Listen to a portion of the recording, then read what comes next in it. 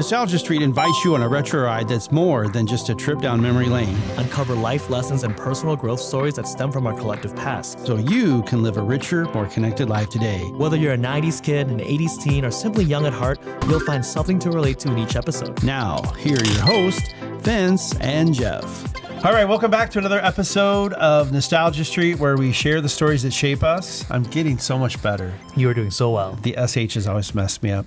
So we have a special guest today, a very special guest, somebody we've never had with the same first name.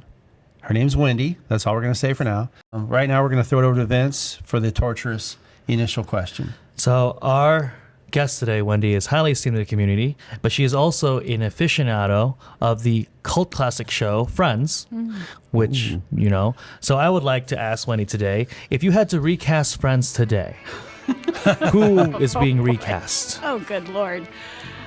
Oh, I don't know. They were all so great together. How can you recast someone? It was like their whole synergy. Well, who's your least favorite? Who's on the chopping block? Is it Joey?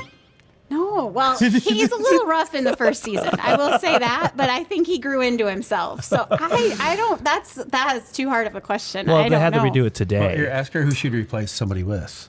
Force it a little bit. Lisa Kudrow. Who'd you replace Who would Lisa I Kudrow with? Oh, I don't know. Reese Taylor Swift? Witherspoon. Oh, Okay, all right. I can That's see a good that. one. I can see that. I could do that. So Joey, who would you replace Joey with? Bradley Cooper. All right, that's good. I can see Bradley Cooper saying Joey doesn't share.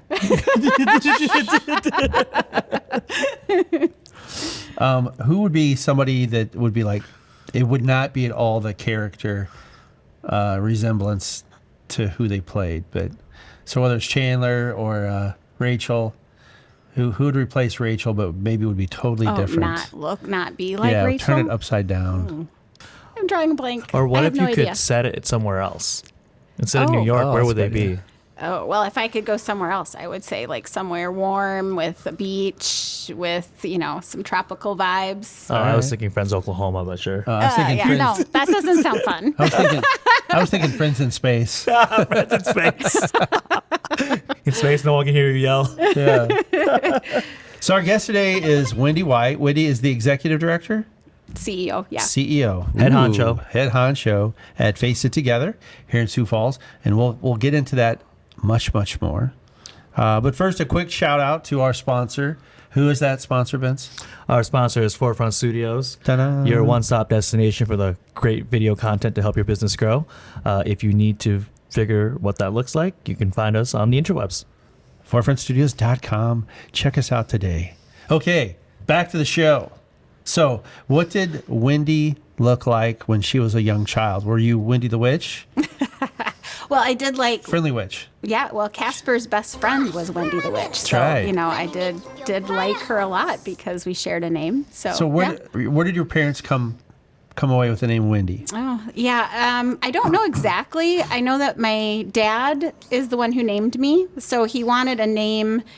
He thought that there couldn't be a nickname for the name Wendy, which was not true. But that was his intention, was that there wouldn't be any nicknames. But I've had lots of them. So that didn't what's work one out. you can say on air? Well, it gets like all my friends back from high school. It just got shortened to Wen. And then I have a friend from college that calls me Wendelage. I don't really know why. All right. But All right. so, yeah. Well, I remember when I was I was at church camp, and there was these two sisters, and the one that I knew better, her name was Talitha. It was spelled like Tabitha, but there was an L in there. And I said, well, how did your parents come up with that name? And she said, well, it's in the Bible. And I said, it is? And she said, yeah, Jesus talks to the centurion, and he says, in the Aramaic, it was Talitha cum, which means little girl, get up. So she said, therefore, Talitha means little girl. I'm like, oh, that's cool.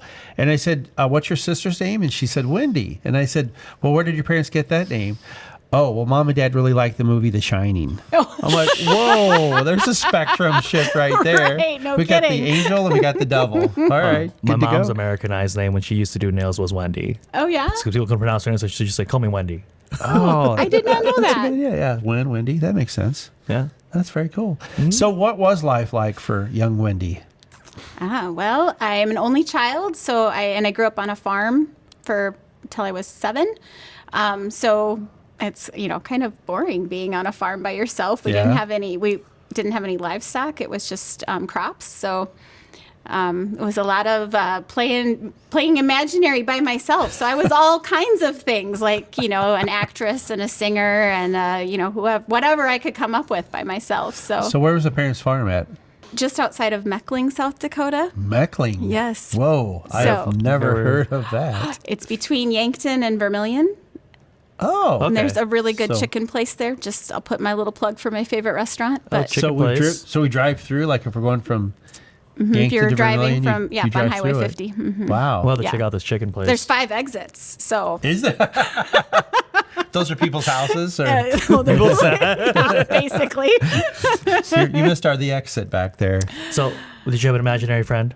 Oh, I'm sure I did. Because, why? Who doesn't when they're that age, right? Yeah. Somebody's got to play the other role in whatever act I was doing, right? Do you remember any names of your imaginary friends? Oh, I do not. I do not. Did we get into trouble? Get in trouble? Yeah. Did you get in trouble? Oh, did I get in trouble? Yeah. Not probably a lot when I was little, but certainly as I got older, I certainly had my share of fun. Oh, that sounds some good stories right there. That's a good lead-in. When people say my share of fun, that's more than one Well, story. statute of limitations is now passed. So. That's right. That's right. And your kids will not hear this at all, so it's all good to go. So what were some of those shows or games or family traditions that you all engaged in? Well, probably from a game perspective, like snow days were always a big day to play games. So one of my best friends lived next door to me when we moved to town. So her and her brother and I would all play like Monopoly or Risk, those like really long games that take forever, and half the time you don't finish because you give up before you get done. But yeah. Okay, make a note. If we ever figure out how to travel through time, we're going back and we're investing in Parker Brothers and Monopoly. Oh, heck yeah, all day. That comes up. It's a common one. It's crazy how many people know Monopoly. It's crazy. So when you say that you moved to town, was that Mecklen or was that a different? No, we moved to Yankton. Yankton, okay. It's a town. It's a town. What's the population of Yankton, South Dakota? I think it was around 15,000 when I lived there, but I think it might have gone down. And what's the school mascot in Yankton? Well, when I was there, we were the Bucks and Gazelles, but that kind of had to they had to do some rebranding. That's a long one, Bucks and Gazelles. Yeah. We drove through Hooker, Oklahoma.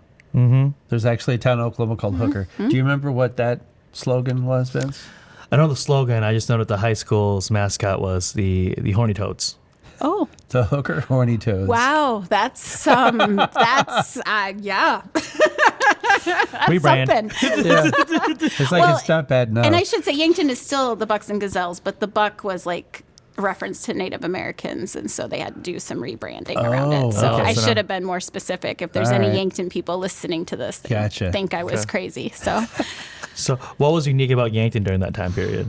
Oh. What are some Yanktonisms? Oh, well, what I would say was unique. So the lake was the best reason to live there. And so we spent a ton of time at the beach and camping growing up. Now you have to reserve a spot 3 months ahead of time, and you still can't get a spot. But back then, like my friends and I would decide, hey, we're going to go camping tonight. And we'd literally go down and get a spot because it was like an unknown gem. So the Lewis and Clark Recreational Campground. Yeah. That's how many sites do they have there? Do you know? Hundreds. I don't. For people who are not from South Dakota, Lewis and Clark it's the probably the busiest and best of the campgrounds. Yeah, it's great. It's massive. Mm-hmm. And it's a fun time.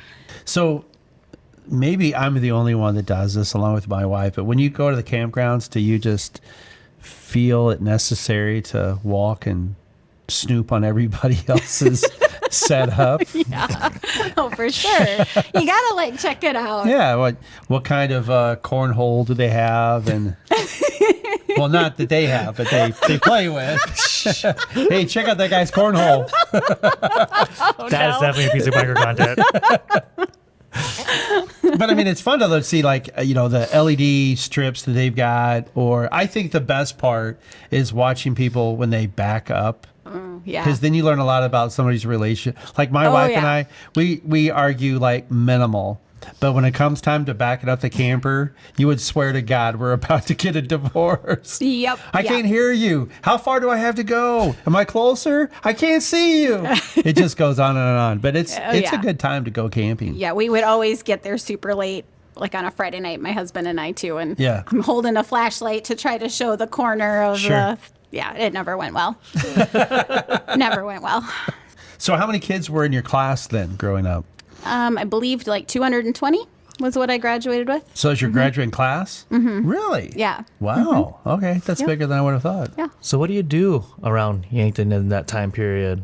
Are you like part of like the local bicycle gang? The kids who just roll around their bikes and just own the place, or Totally. The Kool-Aid gang. the Kool-Aid gang? Oh yeah. Yeah, well, that was back then in the early 90s. It was doing Broadways, so you just drive all the way up and down Broadway for hours and hours, to the point where my dad would get mad at me because he was sure I had like driven to Sioux Falls or something. And nope, just loops after loop of Broadway. Sit in a parking lot for a while, loop some more. Run up the odometer. That's right. Burn through however many Terrible if you gallons went of to gas. Sioux Falls, the Vegas of South Dakota. Right. The Vegas of it. Yes. So what was a news story or an event that you remember when you were in those younger years that sticks in your head? Anything pop to your mind? Well, I remember it's kind of that. So Channel 1 was this thing that like got piloted, and so during homeroom, we had this like news broadcast that would play. So I just remember that, and like the anchors that were on there, and probably like the Oklahoma City bombing was one that I remember. Sure. And yeah, some of those pieces. But sitting in homeroom and watching that, I remember distinctly. So you guys, if Friends had happened in Oklahoma during that time period, just think of like the storylines right there. Keep going. Joey's stuck in the building. Jeez. Sorry. Oh boy. So wrong. So wrong. So go ahead. I was going to say, so during that time period, like, how would your classmates have described you? A couple words. Probably, I was big into grunge, so like the grunge look, and I was a nerd, so I was, in debate and science Olympiad and all the like band, all the super cool things to be in. So probably those things. Did you do a lot of debate trips? Mm-hmm. I was in debate, so Yeah. I thought that was always a good time. We did some stuff we weren't supposed to do on our debate trips. We had my high school is the Hickman High School in Columbia, Missouri. I haven't told the story publicly, but No, I don't think you have. The first trip I went on, my debate partner and I were outside the room, and I'm strategic as the next guy, so I could see them in there and they were talking. So I told my debate partner, whose name was George, I say, hey, George, let's not go in yet. Let's just listen.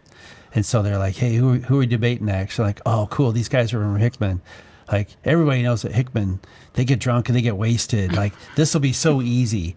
So George and I happen to have sunglasses on. So we faked it, and we put sunglasses on, and we didn't even look. Well, the guys couldn't see us, but we didn't look at them. We just acted like we were talking to ourselves. Like, bro, how much did you drink last night? Oh man, a lot. And so we could see them. Of course, they couldn't see our eyes, and they're just like, haha, if we're gonna get them. And then we just destroyed them. And we got done and shook hands. And like, did you guys really get wasted last night? We're like, nah. I thought you were going to tell the other story. Ooh, oh, that one, yeah. Ooh, there's another one? Oh, yeah. Well, But this is your show. Yeah. Doesn't it seem like the kids who always are in the niche or the nerdy type interest seem to overcompensate a little bit? Mm-hmm. Theater kids do it. Oh, yeah. Oh, we had the best. What is it? The Cards for Humanity, but the family version of that. Apples.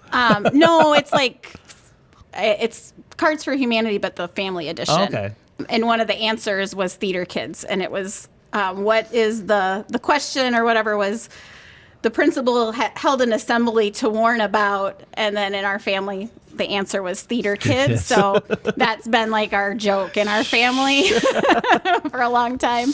Dang theater kids. I mean, like our band kids in my school, like they're the ones who, so-and-so passed out in so-and-so's bathtub at a band party because there was a little bit of booze.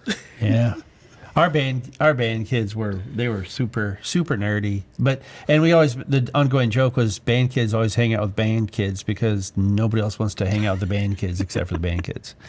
So they were out there a little bit. Were you in band, Vince? No, I lost a lot of my friends to band. Oh. Like friends I was in, like friends with elementary school, and then we went to high school together. Then he joined band, and the next thing I didn't see him anymore. Yeah, because only band kids want to hang out with band kids. Yep, and they were passing out in bathtubs. Right in the middle of school. Pick a bathtub and hang out My there. husband and I both played trumpet, so maybe your band kids only hang out with band kids thing is a real deal. So you must have this one time at band camp story, though. Yeah, probably, but I'm not going to share that here. Did you go to band camp? No, I didn't. Oh, darn. I should have asked that. I should have asked that question. Do you hear what Wendy did at band camp? Yeah, we didn't either, but something happened. Selectively edit it. Yeah, that's right. We'll just cut it We'll out. just bleep. Wait, you Make can't say your that. kids wonder, Mom, what'd you do? Well, where'd you think you came from? Shut up. So when you got through those early years, and so now you're into high school and in college, what did that life look like for you? And did you kind of know what you wanted to be? No, I still don't know what I want to be when I grow up, I like say. that. I like that. In college, I actually had 7 majors before I graduated. I still got done in 4.5 years, so I think that's pretty good. Wow. But so no, I did not and still do not. I've had 3 different careers, and I love where I'm at. I'm not saying that I'm not happy, but who knows what life will bring. So I like that. What was the major you most regretted? probably I'm good at math, but I thought I could be a math major, and I took 3 math classes in one semester, and that did not go well. Yikes. So I would have to say math was probably my poorest choice. You take things pretty slow, don't you? Right. 3. Whoa. That'd be a lot. Your calculator must have been really good. Yeah. There were too many variables in Calc 4. It was not good. So So, do you go to USD? nah, Mankato, Mankato. Oh, they are the Mavericks. Mavericks. Okay, I've been to that campus. What inspired you to get out of state? Well, Band camp? right? Possibly. Well, growing up in Yankton, I think my parents, they just assumed I would go to USD in Vermilion. And I knew if I went to USD, my parents would be probably knocking on my dorm room every weekend, and I didn't want that. So I didn't know. Surprising, right? I didn't know what I wanted to do, and I went on literally one college trip with my best friend and her mom, and we looked at the Mankato campus. I'm like, oh, this looks great. They had a great mall in Mankato. I'm like, we're good. And so that's where I went. And Couple hours away from mom and dad? Yeah, it was No like 4 surprise hours. trips? So yeah, it was, a good distance. You couldn't just go home on a whim, but, still drivable to get home for the weekend. So. And you're just a few hours away from Minneapolis also, right? Which was awesome too. In my estimation, that drive from Mankato to Minneapolis, going through St. Peter's, is the prettiest drive. It's gorgeous. I don't know why I love that drive so much, but it's windy and it's pretty. There's All trees. the St. trees. Peter's, they always take really good care of that area there. So Because the rest of Yes. Minnesota is just flat. yeah. Yeah, but It the is. the tornado ripped through St. Peter when I was in college. So Oh, really? there was a What big. year was that? Must have been 97, March of 97. Oh, wow. I didn't know that. Yeah. So they used to have now they're big again, but they had all these huge big trees, and they all got ripped up. Did you get a fly attack there? I did. Sorry I was like, about what's that. attacking me? We bought some real trees from IKEA, and we just threw it away yesterday. These little bugs, they just infested the office. So we apologize. Try to make this place more lively, and we got our wish, but not the way we wanted to. Yeah, they're around still. Sorry about that. So where did you meet your husband? Was this in college or high school or High band school. camp? High school. All right. We worked at Godfather's Pizza together, Sweet. and we both played trumpet. I thought he was the biggest dork in the entire world. If someone had told me in early high school that that's who I was going to marry, I would have told them they were crazy. But then we started working together and I got to know him. I'm going, oh, this guy's pretty nice. But he was very serious about band. He was first chair of the band as a freshman. He was the first chair of the high school band. Yeah. I rotated last chair with 2 of my friends, so we just rotated around in those last 3 seats. So very, very different, very different dynamic. But Now, did he go to Mankato also? he did. Yep. Oh, how did the parents feel about that? Actually, my parents loved him, and I broke up with him in college, and I dated somebody else. And I was going to bring this someone else home, and my dad told me that I shouldn't bring that piece of trash home. So anyway, that didn't really work out so well. So which was fine. Interesting. So your dad and the hubby, they get along well then. Yeah, they did. That's good. That's cool. Yeah. We'll be right back. What was the first instance when you get into college, it's a transitionary time period and all these things are happening? When did you first feel, and take us that time or an incident or class or whatever it is, where you just felt like, wow, things are hard. Things are difficult. It's not as easy as it used to be. When was that for you? Oh, it's a good question. I would say well, it was probably when I decided to be a math major was when that was. Like, oh, I actually have to study. Like, oh, I actually have to put forth work, which I think was good to have figured that out. Just as I progressed, I was in science and math classes. So as I got to higher level, like biochem and things like that, if I hadn't failed at math, I probably wouldn't have done as well in my other classes, because like figuring out how to actually do the work. Calc 4, biochem, Jeff, I don't know about you, but I feel like I'm just all over my head right now. I feel pretty stupid. Yeah, I'm right there with you, buddy. No. Well, so what were the other? So you said math was one of your majors. What were the other majors you pursued? I started as a business major, and then I think I went to social work, then math, then chemistry. I think I missed, chemistry. Then I did, I was going to go to optometry school. I ended up double majoring in biology and clinical lab science. Wow. And then you became a tour guide for the university. So you guys want to know what this looks department. like? Yeah, I just hung out in Trafton, the I was gonna ask if you were- science if- department. We had a guest who said they majored in carbonation, Oh, Too much beer. I'm like, science of beer. oh, so I was thinking about chemistry, and I'm Yeah. like, carbon? Like, Yeah, what? Exactly. You had to put that See, disclaimer again, there about the the beer. nerd description. No beer drinking at band camp, apparently. Oh, no, there was plenty of drinking at my college days, but So when you, Vince and I think we may have said this on an earlier episode, but we were talking one day about the preparation that your mind has to go through when you get out of college and get into the real world, and how harder that actually is than what we're led to believe as we get older. You know, like, I can't wait to graduate or turn an age. I can vote, I can drink, I can do this, that. But then you actually get out into the real world and you're like, crap, I got to read the news and I got to figure out interest rates and I got to buy a car. Gotta pay and, bills. pay bills. And then some people have a really hard time making that adjustment, I think. So what did that look like for you once you were finally out of school? so I did an internship in Minneapolis. So when we left Mankato, we moved up to the cities. So that, just like living in such a big city, was a Right. huge adjustment. So I think that was a big deal. And then, don't go about things easily. So I finished my internship and graduated, and then did things a little out of order. Bought a house, bought a new car, and then got married in like a 3-month period Wow. of time.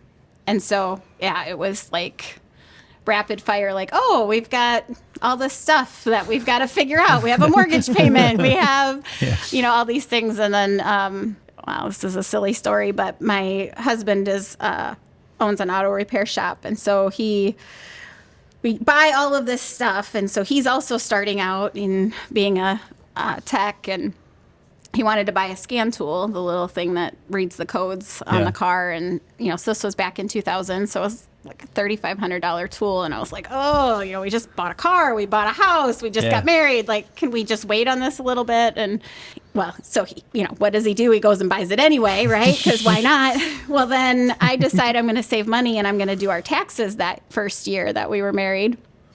And so all of his tools were tax deductible. So he writes out his list of tools, and they're all written in normal handwriting. But in this microscopic font, he has scanner for $3,500. So, I'm like on the phone. What is this? Yep. So that was I would say that was probably our biggest, figuring out being married and then figuring out finances and Did he hide behind your dad much? He could have tried that. Is Wendy's dad there? I need to talk to him. She's mad at me again. I need some help. Oops. So tell us the story about the fun you've had with the last name being White. Oh boy. You've told us this off air, but these are good stories to document.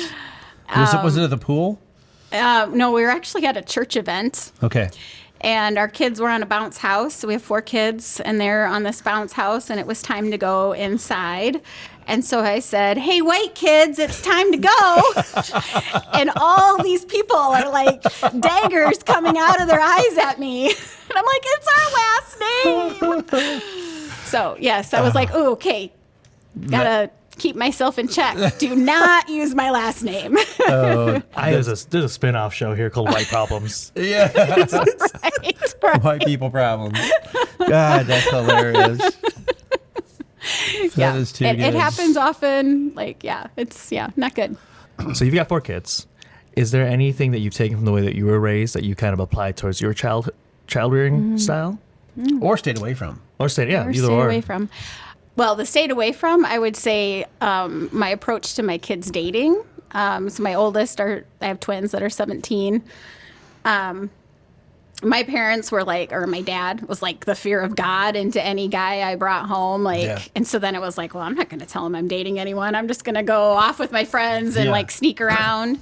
So I've tried to do that better. I'm not saying I have been successful, but trying to create a space that is welcoming and I'd rather know what you're up to instead of so instead of the shotgun, she's got the pistol. That's right. It's just or the water gun. Waterboard? Oh, should have waterboard. Yeah, not that. Yeah, that'd be good. I got my jug of waters and I got my towel. Come here, son. Let me show you something. Waterboard them. Yeah. Jeez. So walk us through those 3 career paths then that you took after you got out of college. So I did my internship in Minneapolis, and then I worked at Hennepin County Medical Center. So one of my degrees was in the lab. So I worked in transfusion services, so doing blood cross matching. Mm-hmm. So I did that for 5 years ish, and then we decided to move back. So we moved to Sioux Falls at that time, be closer to our family. And so I thought it would be super easy to find a lab job here because in the cities there was such a shortage. I could have walked into any hospital and gotten a job. Yeah. I couldn't get a job here. There weren't very many openings. They hired all the students that they had because they have an internship here. So I ended up getting a job in IT at one of the hospitals here in town. Mm-hmm. And so I worked computers, which I did not have a computer degree, but worked in IT for 14 years. Wow.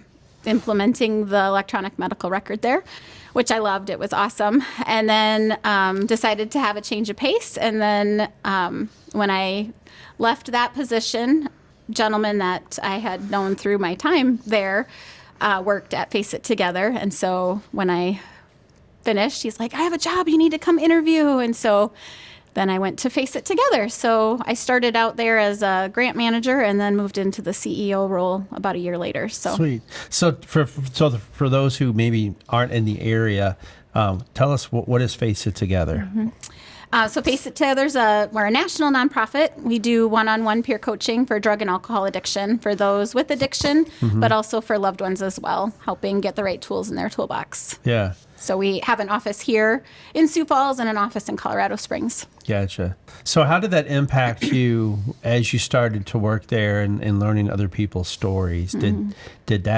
you go home and cry some days? No, it's certainly easy to do. For me, I've always been in the healthcare spectrum, but I've Yeah. always been behind the scenes. Like the lab was behind the scenes, IT's behind the scenes. And even now as a CEO, I'm still behind the scenes. But having that purpose and that mission behind the work that I'm doing helps fill the cup, right? Yeah, So yeah. even though there's very heartbreaking stories, there's also a lot of hope and redemption as well. And so, seeing people where they are at when they start, and then after they get the right support, being able Yeah. to see that progress there's nothing better than that. Yeah. So full disclosure to our crowd at home, Vince and I had the opportunity to work with Wendy and with Allie with Face It Together, and we got the chance to tell, I think there were 5 stories total. Yeah. And what they do is, I'm going to start Incredible crying. work. I mean, it does tug at the heartstrings, and it's amazing. I remember most of the people that we spoke with, but the unique part that I remember is that whenever you think about either alcohol or drug, you think about just that person who's going through those challenges. You don't think about the family members and how they're impacted. And so you have a staff member whose son had some challenges, and the impact that it had on her because she was trying to hold it together and having a hard time doing that. And that's something that we just don't really think that much about in general. It's always who that main person is, but the impact it has on that family member is, and it's, wow, that's tough. Yeah. But to have resources and the folks that you have that are there to help other people. Yeah, pretty I think crazy. it's the missing piece in really getting people well is having that support for loved ones. And it's really hard. It's really hard to get loved ones to recognize that they need the help because Yeah. they're so focused on that person in their life and what they do to get them well or to get them help or to get them, where they need to be. But it's really hard to take care of that person when you haven't taken care of yourself. And so our Yeah. program is really focused on those pieces. And I mean, you talked about Kristen. One of my favorite stories is one of hers where favorite's maybe the wrong way to say it, but I just think powerful story in like the workplace. And so she had her job prior to coming to Face It Together. On her last day, she had a meeting with her boss, and he asked why she was leaving and going to Face It Together. So then she shared the struggle she was going through with her son, which was the first time she had openly shared at work, to find out that her boss was going through the exact same thing with his Oh, son. wow. But because of all of the shame and stigma that surrounds addiction, Sure. neither one of them had shared, where like they could have been a support system in that area Yeah. for years, but they didn't know they were both going through the same thing. And Wow. so part of our mission too is to change workplace culture and create a space that allows people to talk about it just like you would if you had a cancer diagnosis, but Sure. people are so shameful that they don't want to talk about it. What do the studies, the literature, the research that you all have talked about or kind of go about and try to educate people on? What are some of those factors that are at the root of addiction? There's a lot. I would say, there's a lot of co-occurring other mental health issues. So a lot of times individuals are self-medicating their other mental health issues. So there's a lot of times we're helping them really on their whole life. And so we don't focus on the substance use itself, but really looking at what's going on. So to your point, like Sure. what are the factors that are contributing to their use? So sometimes it's getting them connected to a mental health provider to help with whatever else is going on Yeah. there. Childhood trauma is a huge piece of that as well. And so our job as peer support is not to dig into the past and digging into that trauma. That's where a licensed clinician comes in. Sure. But being able to recognize that trauma, and then we have coaches that have similar lived experience, and so being able to use that to then move forward. What are your goals for the future? What areas do we need to improve? That if we can make life better, Yeah. then the use is less. Yeah.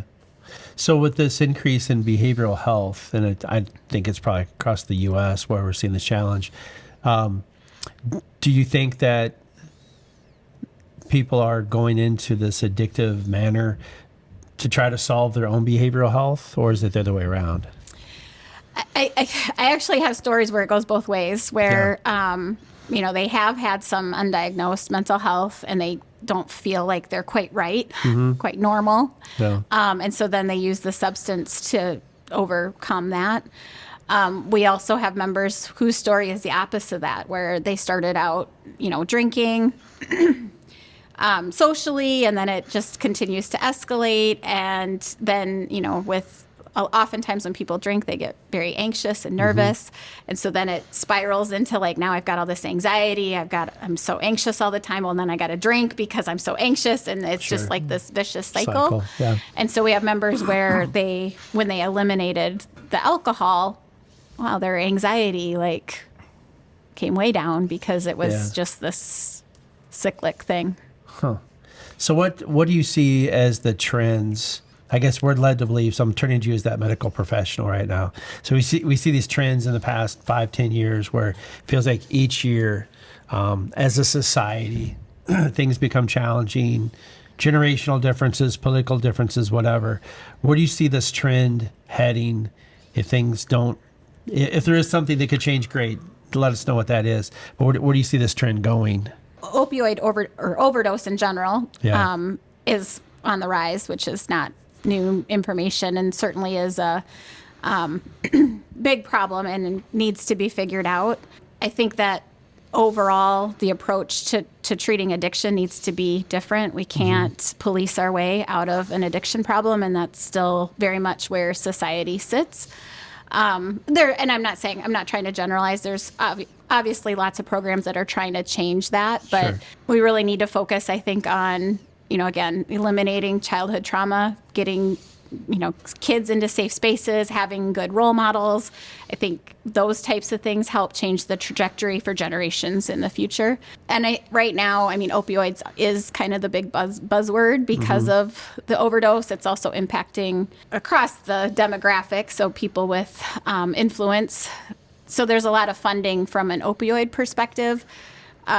We still see a large portion of our members are alcohol addiction. And so it's harder, I think, because it's so accepted in society. It's in cartoons, it's in everywhere. And so until alcohol gets kind of the rap that nicotine has, that is just, it's so pervasive and so accepted in society. And it's just much harder for us to get funding to help cover the cost of those that can't afford help. Yeah. Yeah. I feel bad. We joke about it literally on the show about alcohol. We literally did. Yeah, we did. Great. You're a buzzkill, Vince. Oh, sorry. Well, it's probably me, but Well, in your role or what you do day to day now, like, is there experiences that, from your either previous positions or roles or in your academic background that kind of help prepare you for this, or like things that you found that like, hey, I was learning about this and I kind of use this every day now, and whether it's ways to work with people or et cetera, or Well, I got my MBA while I was working in IT, and so I certainly have used that a ton. I think one perception about nonprofits is that they're still a business. Like, people don't think about a nonprofit as a business, I think, generally. And so I certainly use a lot of the business skills that I learned through my previous roles that have helped me with Face It Together. I think, too, like that importance of connection. So I kind of alluded to that with like making sure that kids have good role models and things like that. But just I've been blessed with a lot of really great relationships in my life, and long through most of my life, I've had the same group of friends, but just being able to have that good support group is so important. Yeah. And it's amazing how many people don't have that. And so just being able to help people find that path. I know we've said this before, but it's probably one of the more recent stories that still always resonates as I hear her. But we had another nonprofit that we did a shoot for, and this was somebody who had an addiction problem, and they were on the back end of it. They'd got their master's. They were moving forward. Vince is like, oh, God, I know what he's going to say. But so we'd ask the question around how did you get started, et cetera, et cetera. And she said, they always say that marijuana is the gateway drug to addiction, but she said it's not. It's loneliness. And I was like, holy So crap. true. And it goes back to kind of what you say, And it makes you wonder, and I feel convicted anyway, whenever you see somebody who, they're kind of struggling. And even if you think about yourself on the days that you're struggling, the thing that's going to probably help you out the most is to have somebody who can put their arm around you and say, hey, it's okay. Or just a quick conversation. It doesn't have to be anything in depth, but just that human to human interaction to know that you're not alone can do a world of good, between buying that 6-pack or that fifth of vodka at the liquor store or whatever. Yeah, that's so true. I think that's a pretty major one. So we'll be right back. Yeah, God, I could talk all day about this. It's a fascinating topic. Yeah. Well, the other thing I would say too, it's probably where my passion comes from, especially like in that workplace culture. But I was definitely on the path that could have led to addiction in my previous role, which was part of why I left. Yeah. I knew I needed to make a change. And so it's not that alcohol is the devil. Like, I still drink, but just being more mindful about when I drink or why I drink or if I should drink. Yeah. And I think that's what we need to change in the culture, just to be able to like, people think addiction is only when you've hit rock bottom, where you've lost your job, you're divorced, all of those things. And really, we could change the needle if we could engage people further upstream. Yeah. And so, working with employers to do that, but just that's, I think, where we could make the biggest impact. So do you think, if I heard you right, then what it sounds like you're saying, and correct me if I'm wrong, but you recognize that a change was necessary, and if it wasn't, you'd be going on that same pathway that an addict might. Yeah, and I would agree. I do think that, and I like the fact that you've changed your career, because I've done the same thing, and I think it is healthy. Some people may look down, oh, you should, work for this company for 20 years, otherwise you're not stable. Well, for some people, I can't stay at a place for 20 years. I'm going to get dry. I'm going to shrivel up and die, and it's going to become so mundane. And then I probably would start drinking or doing something else that's going to get me addicted. So I think knowing who you are, and when you start to see those challenges, doing something about it before it becomes a problem is important. And even if it goes against society, at least to a legal extent, and recognizing that, hey, I probably, this job or this boss or whoever, it's probably time to get going. Because we just talked, we had lunch today with a client, and we were talking about kind of human resources related topics, and we were talking about how a lot of times the reason why somebody leaves, it's not the job, it's the manager, it's the training or the lack of training. And so sometimes just having those tough conversations, and sometimes we go through life, I think, if we're a manager, we don't know how we might come across to people. So it's like maybe once in a while being brave enough to ask for feedback, and then being brave enough to accept it and go, okay, I get that you're not trying to crumble me into the ground, but you want me to do better for you, and I want you to do better for me. So let's have that conversation. But yeah, I would bet there's a lot of unhappy people out there because they feel like they're stuck and they don't know what to do. And how do we coach people through that? So you made the transition from working behind the scenes in your two previous roles to being very front on the lines now. What's a big insight that you've got from making that role flip? Well, I would say more upfront, just like with the public. I'm not in the coaching room, so I can't take credit for the really good work that we're doing, but my team is amazing. I think for me, it was like getting comfortable with telling my story is part of it.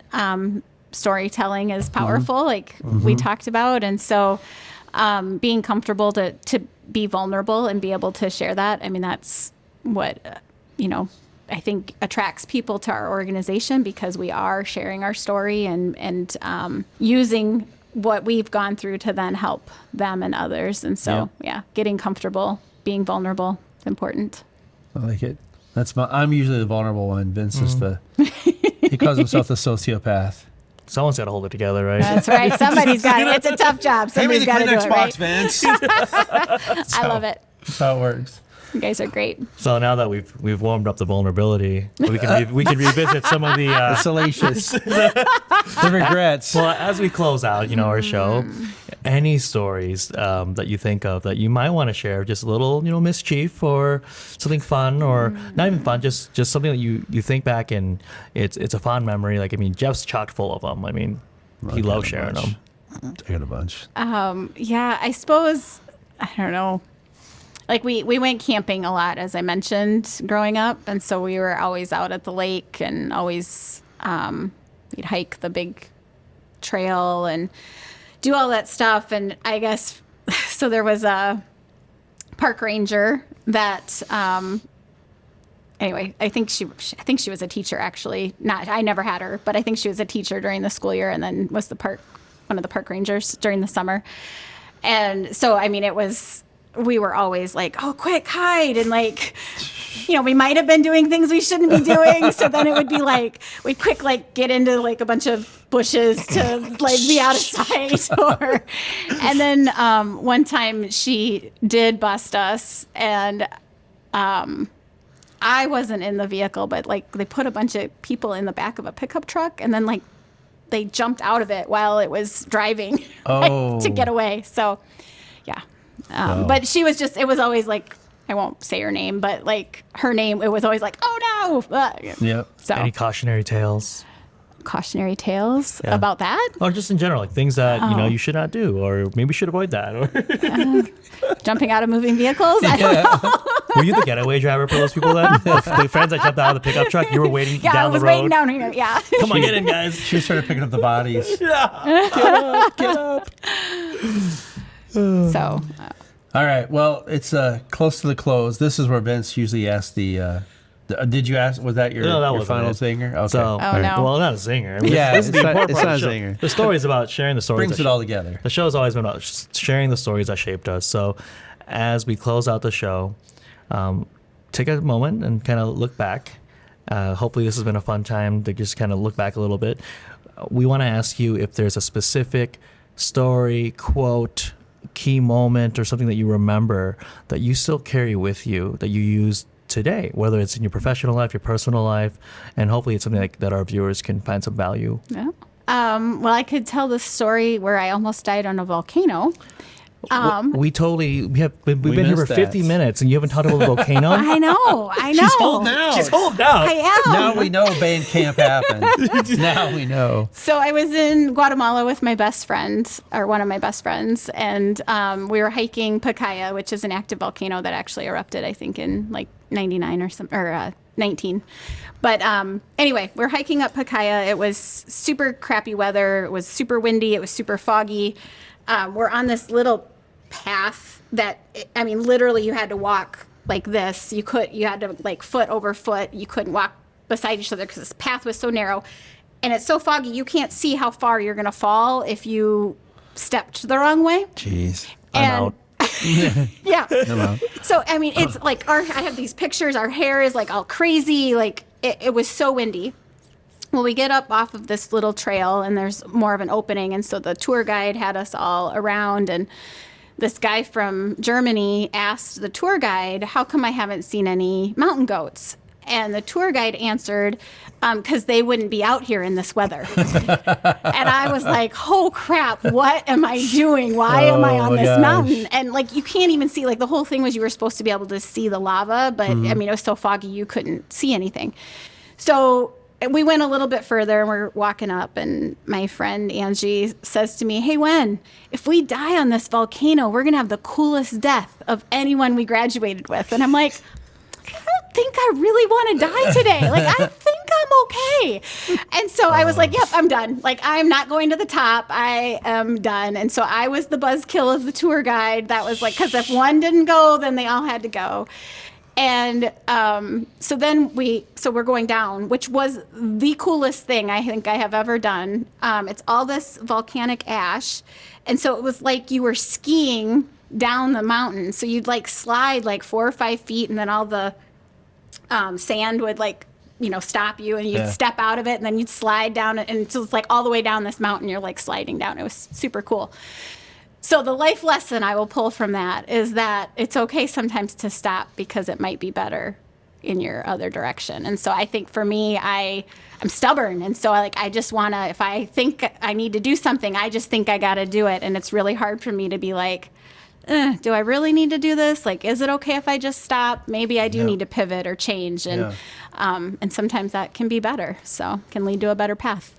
That was way more eloquent than what I thought. I thought you were going to say, Don't go where mountain goats don't go. Oh, that too. That too. T-shirt. Or T-shirt. listen to my crazy friend Angie, who always gets me to do things I probably shouldn't do. Is Angie still alive? Yeah, she is. She doesn't have a good story to tell then, I guess. We've had a lot of good adventures, though. We should bring her back for a podcast. Yeah. Tell us what really went down in the mountain.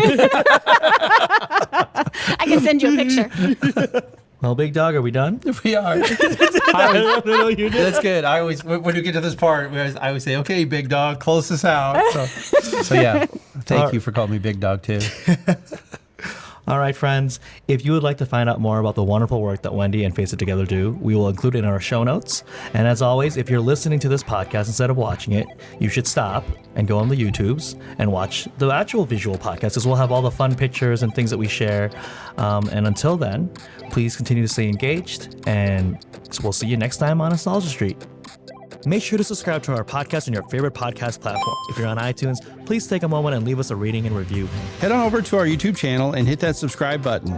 You'll get access to engaging visuals that complement our podcast content. Thanks again for tuning in, and we look forward to having you with us on our next episode. So until next time, listeners, stay curious, stay engaged, And never stop walking down Nostalgia Street.